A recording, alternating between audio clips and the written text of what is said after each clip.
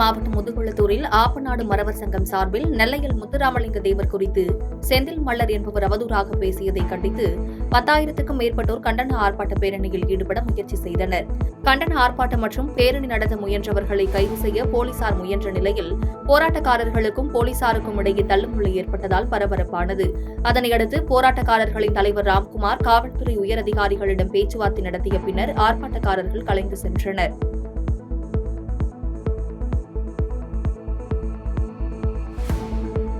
சேலம் கோட்டை மைதானத்தில் தமிழ்நாடு பள்ளிக் கல்வித்துறையில் அனைத்து அரசு மற்றும் அரசு உதவி பெறும் பள்ளிகளில் மாற்றுத்திறன் மாணவர்களுக்கு கல்வி பயிற்சி வழங்கிடும் சிறப்பு பயிற்றுநர்களை பணி நிரந்தரம் செய்ய கோரி தமிழ்நாடு ஒருங்கிணைந்த பள்ளிக் கல்வி திட்ட மாற்றுத்திறன் மாணவர்களுக்கு சிறப்பு பயிற்றுநர்கள் சங்கம் சார்பில் கண்டன ஆர்ப்பாட்டம் நடைபெற்றது. இந்த ஆர்ப்பாட்டத்தில் சேலம் மண்டலத்தைச் சேர்ந்த 100க்கும் மேற்பட்ட மாற்றுத்திறன் மாணவர்களுக்கான சிறப்பு பயிற்றுநர்கள் பங்கேற்று தங்களது கோரிக்கைகளை வலியுறுத்தி கண்டன கோஷங்களை எழுப்பினர்.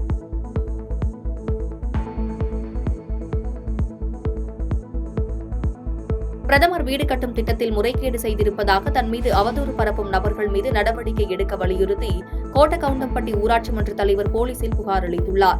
சேலம் மாவட்டம் ஓமலூர் அருகே உள்ள கோட்டகவுண்டம்பட்டி பகுதியைச் சேர்ந்த ஊராட்சி மன்ற தலைவர் ராஜேந்திரன் மீது பிரதமர் வீடு கட்டும் திட்டத்தில் முறைகேடு செய்ததாக குற்றச்சாட்டு எழுந்தது.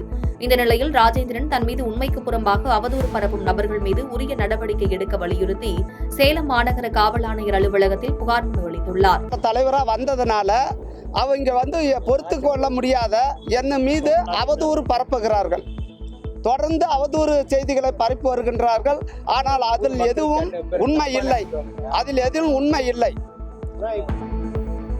செங்கல்பட்டு மாவட்டம் மதுராந்தகம் அடுத்த அச்சிரப்பாக்கம் சென்னை திருச்சி தேசிய நெடுஞ்சாலையில் ஐயப்ப பக்தர்கள் சென்ற வேன் கவிழ்ந்து விபத்துக்குள்ளானது.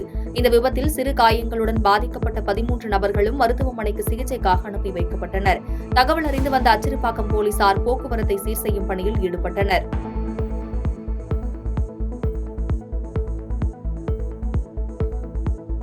திருப்பூர் மாவட்டம் அவிநாசியில் தமிழ்நாடு வருவாய் கிராம ஊழியர் சங்கம் சார்பில் மாநில செயற்குழு கூட்டம் நடைபெற்றது. கூட்டத்திற்கு மாநில பொறுப்பாளர்கள், திருப்பூர் மாவட்ட பொறுப்பாளர்கள் மற்றும் வட்டக்கிளை நிர்வாகிகள் உட்பட 200க்கும் மேற்பட்டோர் கலந்து கொண்டனர். கூட்டத்தில் வரையறுக்கப்பட்ட காலமுறை ஊதியம், கருணை அடிப்படையில் வாரிசு வேலை, பழைய ஓய்வூதிய திட்டம் உள்ளிட்ட கோரிக்கைகளை வலியுறுத்தி விவாதிக்கப்பட்டது. அரசுடைய சிறப்பு காலமுறை ஊதியத்தில் இருக்கிற எங்களை கடந்த 1999ஆம் ஆண்டு முன்னாள் முதல்வர் முத்தமிழறிஞர் கலைஞர் அவர்கள் எங்க மேல கருணை கொண்டு இவங்களுக்கு கருணை அடிப்படையில் வாரிசுக்கு வேலை கொடுங்கள் என்று கொடுத்தார்கள். ஆனால் கடந்த 2023 8/3/2023 அந்த உத்தரவு நீத்து போகிற அளவுல அரசாணை 33 ஒரு உத்தரவு போட்டு இனி கிராம சிறப்பு காலமுறை ஊதியத்தில் இருக்கிறவங்களுக்கு யாருக்கும் கருணை அடிப்படையில் வாரிசுக்கு வேலை வழங்க வேண்டாம் என்று உத்தரவு போட்டாங்க.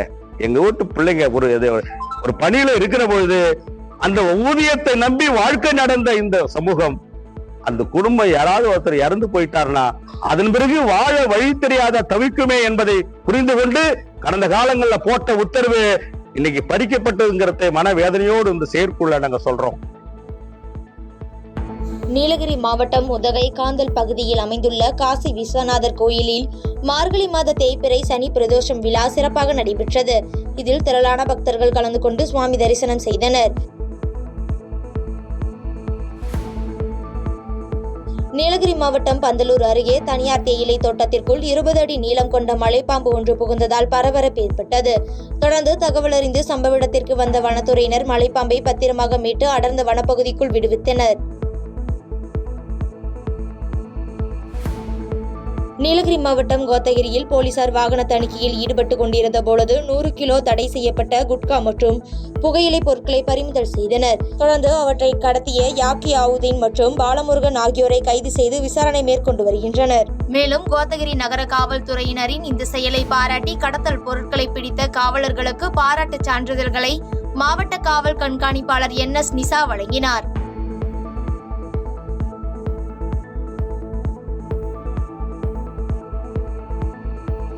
தேனி மாவட்டம் ஆண்டிப்பட்டி அருகே இன்று ஞாயிறு விடுமுறை தினம் என்பதால் காலை 6 மணி முதலே ஏராளமான பொதுமக்கள் மீன் இறைச்சி வாங்குவதற்காக வைகை அணை நீர்த்தேக்கத்தில் குவிந்தனர். அணையின் நீர்மட்டம் 65 அடியை நெருங்கியதை அடுத்து மீன்கள் வரத்து மிகவும் குறைவாக இருந்ததால் டோக்கன் பெற்று 2 மணி நேரம் வரை காத்திருந்து பொதுமக்கள் மீன்களை வாங்கிச் செல்லும் அவலநிலை ஏற்பட்டது. தேனி மாவட்டம் உத்தமபாளையம் புறவழிச்சாலையில் பெரியகுளத்தில் இருந்து கேரள மாநிலத்திற்கு பாறைப்பொடி கொண்டு செல்ல அனுமதி பெற்றுக்கொண்டு ஜல்லிக்கற்களை கடத்தி வந்துள்ளனர். இந்த தகவல் அறிந்த தமிழ் தேசிய பார்வர்டு பிளாக் கட்சியினர் கேரள மாநில டிப்பர் லாரியை முற்றுகையிட்டு உத்தமபாளையம் காவல் நிலையத்திற்கு தகவல் தெரிவித்துள்ளனர். தொடர்ந்து சம்பவ இடத்திற்கு விரைந்து வந்த உத்தமபாளையம் போலீசார் கேரள மாநில டிப்பர் லாரியை பறிமுதல் செய்து விசாரணை மேற்கொண்டு வருகின்றனர்.